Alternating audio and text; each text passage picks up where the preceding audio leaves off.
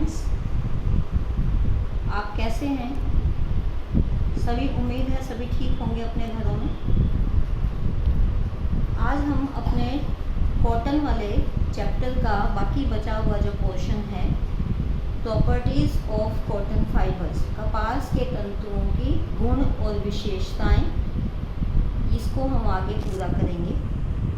जो गुण और विशेषताएं हैं वो हम दो प्रकार की पढ़ेंगे, फिजिकल प्रॉपर्टीज़ और केमिकल प्रॉपर्टीज़। फिजिकल प्रॉपर्टीज़ जो कि हमारी भौतिक विशेषताएं होती हैं, इसके अंदर हमारे 1 से 16 पॉइंट्स हैं। केमिकल प्रॉपर्टीज़ के 6 पॉइंट्स। ये इनके बारे में हमने सेकंड चैप्टर में पढ़ा था, जो मैंने चार्ट बनाया था। इनमें से काफ़ी प्रॉपर्टीज़ उसमें हम कर चुके हैं। अब उनको थोड़ा सा हम और डिटेल में पढ़ेंगे। सबसे पहला है कंपोजिशन। कपास का तंतु किससे बना है? कपास का तंतु जो है वो कार्बन, हाइड्रोजन, ऑक्सीजन तीनों से मिलकर बना है। कार्बन के 6, हाइड्रोजन के 10, ऑक्सीजन के 5 अणु उसमें होते हैं और ये इसमें 85 से 90% सेल्यूलोज होती है। 5 से 8% इसमें जल है और बाकी जो बच गया वो मोम और अशुद्धियाँ उसमें पाई जाती हैं। मोम जो है इसकी सतह को समतल करता है और कपास के तंतु चाहे छोटे साइज के होते हैं, लेकिन मोम की वजह से वो आपस में चिपक सकते हैं और एक मजबूती उसमें कुछ आ जाती है। सेकेंड है माइक्रोस्कोपिक स्ट्रक्चर, सूक्ष्मदर्शी संरचना। माइक्रोस्कोप या सूक्ष्मदर्शी यंत्र के नीचे जब हम देखते हैं तो कपास का तंतु हमें कैसा दिखाई देता है? कपास का तंतु हमें चपटा, बल खाया हुआ फीता, जैसे शू लेसिस होते हैं ना, कुछ तो गोलाई में होते हैं, कुछ फ्लैट होते हैं। तो जो फ्लैट वाले होते हैं उसमें अगर बल आ जाए, बल खाया हुआ चपटा फीते के जैसा ये हमें दिखाई देता है। और इसकी 4 भाग होती हैं। जो इसकी दीवार है उसमें 4 लेयर्स होती हैं। सबसे बाहर वाली को क्यूटिकल कहते हैं, उसके बाद बाहरी कोशिका झिल्ली या प्राइमरी सेल वॉल, फिर भीतरी कोशिका झिल्ली और सेकेंडरी सेल वॉल और केंद्रीय नली। बीच में केंद्रीय नली, सेंट्रल कैनाल होती है, जिसे हम ल्यूमन भी बोलते हैं। और इसके खाली भाग के अंदर जब रेशा तंतु कच्चा होता है तो रस भरा हुआ होता है, और जब वो बाद में पक जाता है तो वो अंदर से सूख जाता है और वो सेंट्रल कैनाल या केंद्रीय नली भी श्रिंक हो जाती है, अंदर से सिकुड़ जाती है, जगह कम हो जाती है। ये जो कपास का रेशा है इसमें नेचुरल क्रिम्प, प्राकृतिक घुमाव होते हैं। तो जो 200 से 300 घुमाव प्रति इंच होते हैं, इसकी वजह से ये तंतु आपस में उलझकर एक अच्छा मजबूत कपड़ा बनाने में मदद करते हैं। उसके बाद है लंबाई, लेंथ या लंबाई। कपास का तंतु की लंबाई आधा इंच से लेकर 2.5 इंच तक होती है।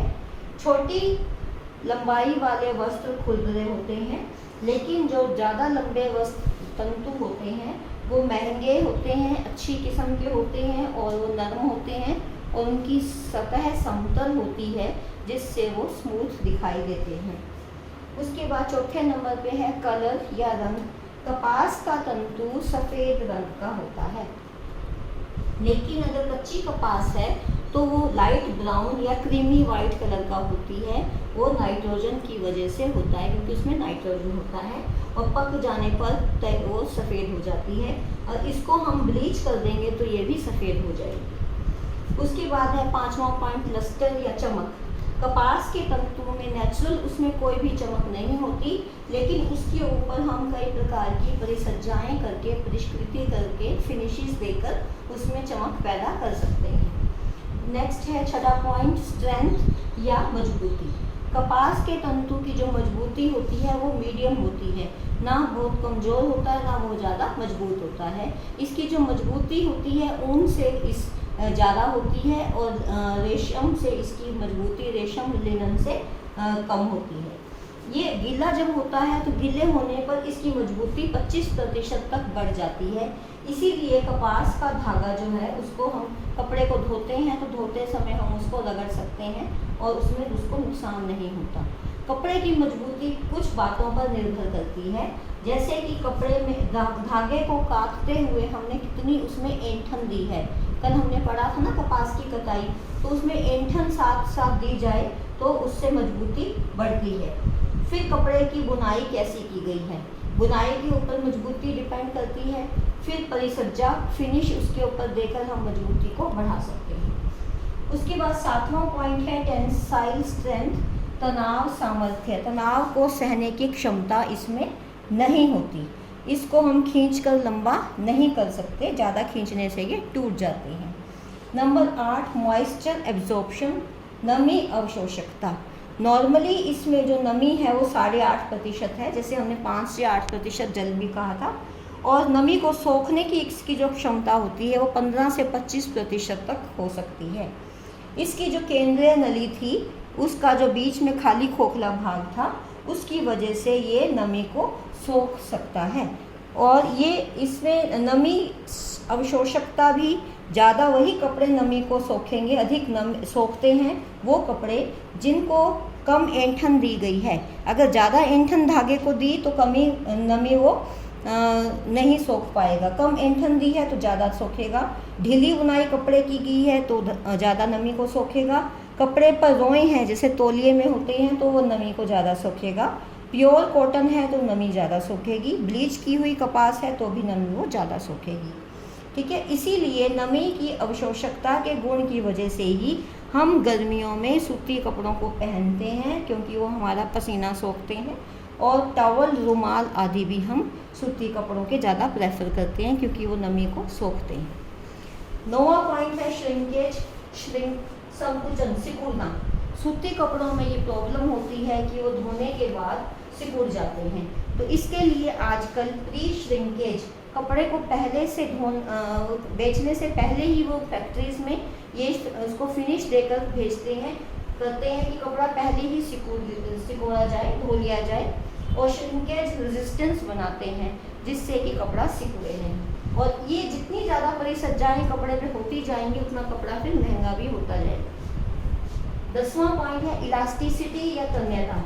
इलास्टिक की तरह हम कितना खींच सकते हैं, ये गुण इसमें कम होता है, लेकिन मर्सराइजिंग फिनिश अगर हम कर दें तो इसकी इलास्टिसिटी बढ़ जाती है। नेक्स्ट है रेजिलियंस या लचक। रेजिलियंस या लचक जो है वो इसमें कमी होती है, अभाव है, इसकी वजह से इसमें सलवटें जल्दी पड़ती हैं। नेक्स्ट है हीट कंडक्टिविटी, ताप का संचालन।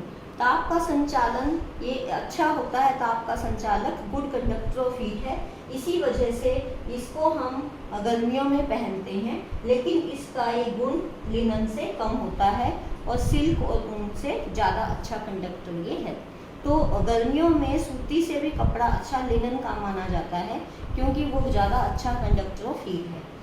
नेक्स्ट है इफेक्ट्स ऑफ फ्रिक्शन, रगड़ का प्रभाव। रगड़ने से इसको कोई हानि नहीं होती है, इसीलिए इसको हम धोते समय अच्छे से रगड़ सकते हैं।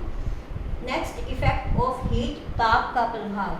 अधिक ताप सहने की शक्ति होती है, इसको गर्म प्रेस कर सकते हैं, लेकिन ज़्यादा गर्म प्रेस ज़्यादा देर तक कपड़े पर रखोगे तो ब्राउन कलर के निशान उस पर आ जाएंगे। तो उस पर हमें पानी छिड़क कर, अगर ज़्यादा गर्म प्रेस होगी है तो पानी छिड़क कर कपड़े पर फिर हम उसको प्रेस कर दें और जलने पर वो भूरा निशान सा आ जाता है। फिर है इफेक्ट ऑफ सनलाइट, सूर्य का प्रभाव, धूप का प्रभाव या सूर्य की जो किरणों हैं उनका क्या प्रभाव है। अगर सफ़ेद कपड़े को थोड़ी देर के लिए धूप में रखेंगे तो उसमें चमक आ जाएगी, लेकिन ज़्यादा लंबे समय तक रखेंगे तो वो पीला हो जाएगा। और लंबे समय तक सूती कपड़ों को धूप में रखने से उनके कमज़ोर भी पड़ जाते हैं और कलर्ड कपड़ों का, रंगीन कपड़ों का कलर भी ख़राब हो जाता है, तो हमें उनको ज़्यादा देर तक धूप में नहीं रखना। फिर है वॉशेबिलिटी एंड क्लीनिनेस, धुलाई और स्वच्छता। इसको हम कैसे धुलें, धुलाई करें, कैसे सफाई करें। तो धोना जो है सूती कपड़ों को बड़ा आसान रहता है, गंदे ज़्यादा होते हैं, उसलिए मेहनत करनी पड़ती है, लेकिन हमें ज़्यादा सोचना नहीं पड़ता। कोई भी प्रकार का, किसी भी प्रकार का साबुन लेकर हम उनको साफ़ कर सकते हैं। उनको रगड़ने से भी कोई हानि नहीं होती, धुलाई करते समय कपड़े को नुकसान नहीं होता, लेकिन जो उसके घुमाव थे, खुरदरी सतह थी, उसमें धूल मिट्टी फंसने की वजह से कपड़ा जो है वह जल्दी गंदा हो जाता है। नमी सोखने की वजह से कपड़े के अंदर दाग धब्बे अंदर चले जाते हैं। उसके बाद नेक्स्ट है सेकंड है हमारी केमिकल प्रॉपर्टीज, रासायनिक विशेषताएं। रासायनिक विशेषताओं में सबसे पहला है इफेक्ट ऑफ एसिड, अम्ल का प्रभाव। अम्ल जो है कार्बनिक अम्ल जैसे सिरका होता है और हल्के खनिज अम्ल, इनका कोई भी नुकसान सूती कपड़ों पर नहीं होता, लेकिन तेज खनिज अम्ल जो होते हैं जैसे कि hydrochloric acid, nitric acid, sulphuric acid, ये कपड़े को नष्ट कर देते हैं। सेकंड है इफेक्ट ऑफ एल्कलीज, अक्षार का प्रभाव। अक्षारों का कोई भी हानिकारक प्रभाव नहीं होता, लेकिन ज़्यादा स्ट्रॉन्ग अगर अक्षार वाले पदार्थ हैं या अक्षार वाला साबुन है तो वो कपड़ों को कलर उनका खराब कर देता है।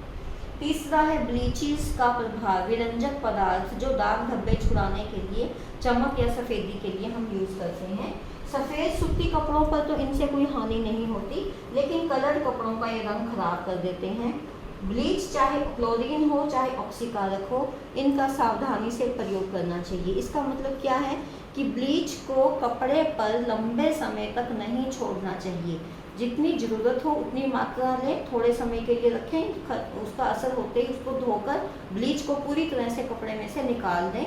अगर ब्लीच कपड़े में रहेगी तो कपड़े को कमज़ोर करेगी। नेक्स्ट है हमारा अफिनिटी फॉर डाइज, इनको डाई करना हो, रंग चढ़ाना हो तो क्या है, इसमें ऊन और रेशम से कम अफिनिटी होती है कि इसके ऊपर रंग चढ़ाना थोड़ा सा मुश्किल होता है। घरों में हम कास्टिक सोडा, फिटकरी, नमक से इसकी डाइंग कर देते हैं डाई करते समय, जिससे तेज़ और अच्छी डाइंग होती है।